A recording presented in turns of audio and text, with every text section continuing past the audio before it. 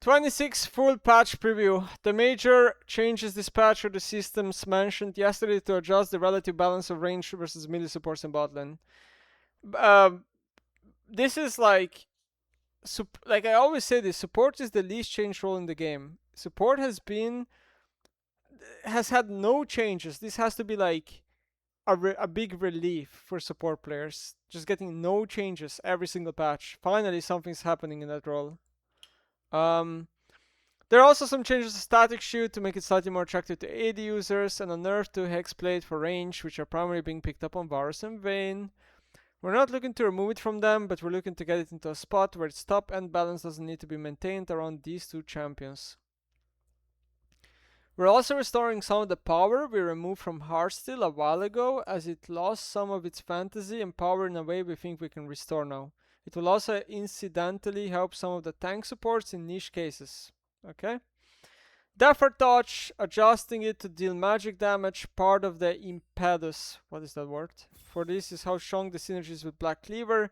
And in addition, it feels more of a magic coded effect. Like, I always think about this, like, if it has such a strong interaction with Black Cleaver, shouldn't it then also have a strong interaction with Bloodletter's Curse? Am I missing something here?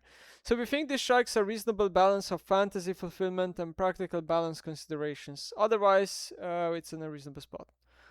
Brand Smolder, Brand Botlane, Smolder have benefited from Defer Touch. We're also making changes to Defer Touch interaction that will affect Smolder, but we still think he'll be too strong. The changes to Smolder are targeted at making his squishy crit builds more optimal. Heimerdinger, after the minion changes in the previous patch, Heimer turrets are a bit worse. We're giving him a feels good quality of life change so his turrets aren't killed by ranged minions without being able to attack back. Okay, this is good. Despite being 550 range on paper, 550 range champions, which are most of them, will still be able to outrange a turret. In addition, there's a small increase to E-Vision duration. Okay, cool. Teemo. Teemo is one of the most powerful top laners while also being on the higher end of frustration. He's receiving a small buff with static shoes, so we're compensate nerfing him. Bro, Teemo is really strong right now. Like, the new static is so good on him. He like attacks once and it applies poison on everything. Quinn has landed in a pretty weak spot for jungle, and in this state it's pretty close to griefing the team when picked. So I guess the win rate is probably like 30%, I would assume. I didn't even check.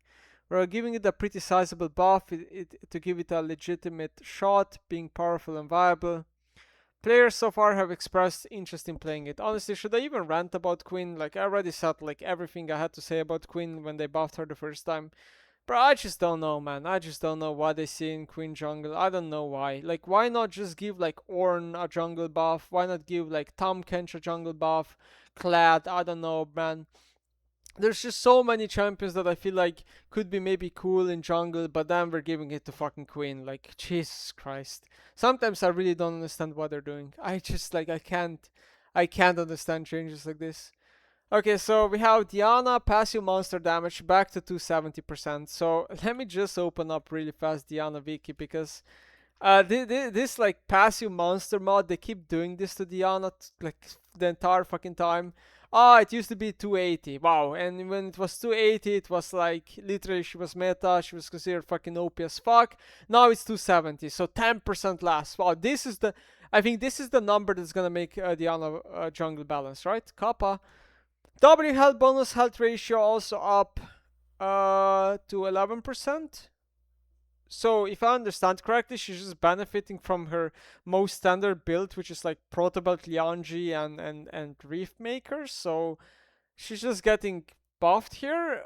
Okay, I don't know. Welcome back, Diana in solo queue. Yeah, I don't know. Like, it's just a constant rotation of buffing her clear speed to the point where she's just obnoxious. She had like, I remember, like 230 clear, and then like it's just ridiculous. Ekko, passive cooldown per target 5 to 4. I think this is a really fucking big buff for a champion, to the point where I'm actually just afraid to even know what this is gonna do. Now, first of all, jungle Ekko massive buff, because jungle Ekko is just literally gate capped, gate whatever the word is, by this cooldown, right? Like, jungle Ekko can like the passive does so much damage to monsters, and you're basically just waiting for the passive to come back to like do it again, like if the camp isn't dead yet. I think this is like insane for jungle echo. Like this is such a massive clear speed buff. I wouldn't be surprised if jungle echo is just like overpowered with this. Now top lane echo also I would say insane, right? But like is top lane echo gonna come back with some bruiser build? Probably not, but I still think it's insane. And even for mid lane echo, like this is really just a really big deal, honestly, at all levels. I think not personally how I would approach buffing echo. I think 5 seconds is like very balanced on this champion. I'm not sure why they don't just give him some damage back if they really think like echo is that much of a problem, but okay. I don't know. Just this is like I'm very curious to see how much winner this was gonna be. Heimerdinger, Q Tower range increased 50 plus 50 against minions. E vision duration increased by 0.25. Okay, cool. It's like fine, sure. Kassadin, um, bro, uh, look, buffs are buffs, and these are very nice. Q cooldown, Q cooldown on Kassadin is a big deal because the champ is never like really out of mana. So, this is just like a net damage buff for him. It's kind of similar to like how Anivia got Q buffed, and Anivia Q is obviously a stronger spell than Kassadin Q, but her Q got buffed and then she became like meta and stuff. Like 1 second cooldown, last on a spell that is just easily spammable and quite strong is like really nice, right? But and then W passive damage is like by 5 up, mostly early game base damage buff. Not that big of a deal, honestly. I think in some melee matchups this is gonna help you. Why can't I open like, bro? I hate like Google. I write Kassadin wiki, and where the fuck is Kassadin wiki? Like, where can I click it, guys? Why is it Kassadin audio? It's the first one. Like, whatever. Basically, what I wanted to show is like they nerfed what? They nerfed health growth on the champ, they nerfed the slow here, and then like some time ago they nerfed the armor, bro. I really think it's time to give the champion fucking some armor back, bro. Why is this champion a melee champion? I get that like this champ is supposed to fix the screen. Sorry, my screen position is fucked. My bad. Why is a melee champion with 19 armor, bro? Like I don't know, man. I really think this should be up by like 2 or 3. Just revert this nerf because, like, what is this? He's just dying to auto attacks. This doesn't make any sense. Queen, yeah, passive monster damage up by 25, Q monster damage up by 50%. Whatever. I guess we'll check the win rate. Just cancer. You know how it is. So Brand is getting the generic 1% win rate loss with -3 armor, which Riot is doing. Why is Riot doing armor? Because obviously they think armor is more of a botlane skewed nerf compared to midlane Brand, and I mean it's gonna nerf support Brand as well, and jungle Brand. He's pretty healthy and clear, so it is mostly a botlane skewed nerf. Smolder passive bonus magic damage will go from 40 to 60% of your passive stacks to 25 to 55% of your passive stacks. So just benefits less from passive. So even less passive reliant than before. I personally don't like this about Smolder. I always thought that like Smolder, once you go past 225 stacks, his stacks just aren't as impactful as something like Aurelion Sol is, and this is how Riot balanced Smolder to make him more bot skewed, I think, compared to midlane, which midlane was like easier to maybe get passive stacks or something. Passive bonus magic damage on E will now be worse early game, but once you max out the ability, it will also scale with crit or something. So more damage on E. Okay. Yeah, whatever. I guess the Daffar Touch Black Cleaver interaction is gonna be a bigger nerf to the champ. Teemo E damage. They're nerfing the AD skill that they added last patch because of Shiv, because Shiv is getting some AD, and they're nerfing armor growth by 0.5, which is around 1% win rate. So Teemo is gonna lose a little bit over 1% win rate, and yeah, he will no longer have the high armor growth that a lot of range champions have. So like if you like over the years, Riot has nerfed armor growth on so many champions, and it usually goes from 5 to 4.5 for majority range champions. Like Victor lost armor, Ari lost armor, Anivia, stuff like that, and Yeah, every time they nerf armor, they basically indirectly buff ADCs and mostly assassins, right? These are classes that benefit from this. AP Zin, so this one's really shocking to me. AP Zin will get an AP scale now for more damage from passive. But in return, he will lose 5, 10, 5 to 10%. What? 5 rank 1 and then 10% rank like level 6, level 11 AP ratio on passive healing. Like, I think in majority of cases this is a buff. Like what? This is just a buff in majority of cases. Unless like really the healing clutches it and you really live because of the healing and you end up doing more damage that way. That is so rare. The healing is already so high. I don't think this is gonna be like really noticeable that the healing is gonna be a lot less with like this little AP nerf. I really think this is a buff. Like this is actually crazy to me. Yeah, definitely a weird adjustment. I'll just say that much. Aftershock is gonna get 10 armor and a mar, but it will scale a little bit worse with bonus armor and a mar. This is probably to like make Lona not benefit maybe from it, and maybe some other champion that gains with some spells, some bonus MR or armor. But overall, Galio I guess is like the only mid laner that could potentially abuse this buff. Galio, yeah, Aftershock is like the most viable, and Galio, and then like Cassandra top lane, for example, can use Aftershock quite well as well. But besides that, mostly just melee supports that are gonna be abusing this more.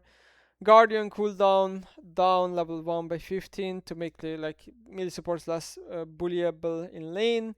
Shield is also gonna be less later, but it's gonna have a higher bonus HP and less AP ratios. It's pretty much just net even or maybe even above for melees, and then worse for like champs like Lulu.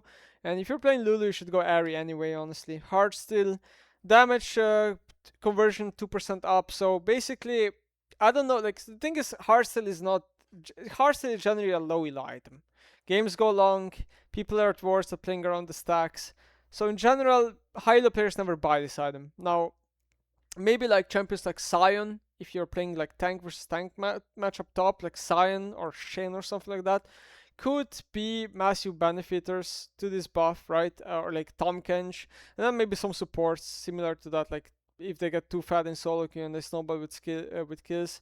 To be honest, I'm not sure how good this item is and how much like this buff is gonna do, but I think this is deserved, honestly. Like I haven't seen this item in forever in high elo, but I'm a bit worried that the item becomes too good for like low elo players, right? And then I guess it's also like an ARAM buff.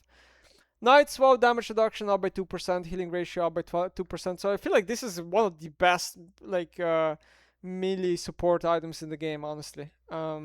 This item is really good, I think, and yeah, should be buying it a lot more. Locket of the Iron Solaria also up by 5. Also one of the best support items out there, honestly, to rush for melees. Zeke's now waits up to 5 seconds after casting your ultimate for a valid enemy to be close enough for you to trigger the storm effect. So basically, just a straight up buff, right? Like way more consistent item. I think the supports that use this the most is like Ral, maybe. Okay. Dreammaker. So Blue Bubble, which is the shield, is gonna be nerfed by like 50. It's like a massive nerf. Honestly, Dreammaker for me was like the best support item. Honestly, this is what I think. This is like a massive reason why range supports are so good. And honestly, like I do think we're gonna be moving towards like melee supports, which is being played more and more. Welcome back, like Nautilus. Welcome back, Braum occasionally. What else? What else? Melee support. Trying to think. There's like one that's really good, and I keep forgetting which one I mean. I think Leona is kind of bad. I think Rad is gonna benefit, although Naut is usually better than her. It's like one, like I guess like yeah, Alistar. Alistar I think is gonna be one of the best melee supports. Rakan to an extent, but Rakan is like yeah. Echoes of Helia, 5% less again. Nerfs to like Nami and whatever else buys Echoes of Helia, Sona, whatever. Moonstone Renewer, Starlight Grace unique effect no longer double dips in heal shield power and Grievous Wounds. Honestly, I'm not really sure what that means. Summonary, the shield will go down by 10 flat early, and everything else will be the same. So last shield early for like Lulu and stuff. So okay, one of the biggest changes here, I've seen these people talk about this Grops. Grops are being buffed to 4, 12, 16 from 3, 9, 12. So it is mostly the biggest buff is gonna be on second and third Grop, right? More than first Grop. And then 2, 6, 8. So I'm trying to remember, is this the old numbers that Grops used to have back in season 14? I think so. I think these are just the old numbers, if I'm not mistaken. Summoned Grop HP, 60% of melee minions, 100% of melee minions. Wait, what does that mean? Oh, wow. So the summoned Grop that you get, if you have 3 Grops, is gonna be so much tankier, almost half more tankier. What the fuck? Okay, so do I like these changes? So first of all, I have said that Grops are fucking useless since season 14 already. Even in the last version of Grops, I thought that Grops were really bad and Dragons were always better. Now this has a massive implication because yes, now they will be better. This season Grops got worse because towers have more HP in general, and because crystallization is on towers, you don't feel the effect of Grops that much. A lot of times you get the plate whether you have a Grop or not. So I do think Grops need to be buffed for, just to be more competitive objective with Dragon, because I think Dragon is just better in every case. But I do have to say that, like, first of all, this has a massive implication because, again, they buffed quests recently, and if pro players get a brain, they should be lane swapping at 8 minutes for Grops with bot lane. You shouldn't be going bot lane anymore. After like 8 minutes, you have enough quest points to the point where you can just start laning top and it won't hinder you. And one thing that I really do hate is this buff right here. The summoned Grab being so much tankier because maybe it's just me, but I find this summoned Grab so bullshit when I play the game. So many times they randomly block a skill shot, or they're just like so fucking broken in so many ways. Like, I don't know. I hate them. Hexblade. Passive ult bonus is gonna be no longer about. Wait, it's gonna still do attack speed. Okay, I thought they're gonna give it AD. So it's just gonna do 15% less attack speed and 6% less movement speed for range champions. So it is strictly a Varus and Vayne top nerf. Okay, I mean, honestly, I like this. I think this is a proper way of balancing the item. Nice. Imperial Mandate, reworked. Now builds from blasting one band glass.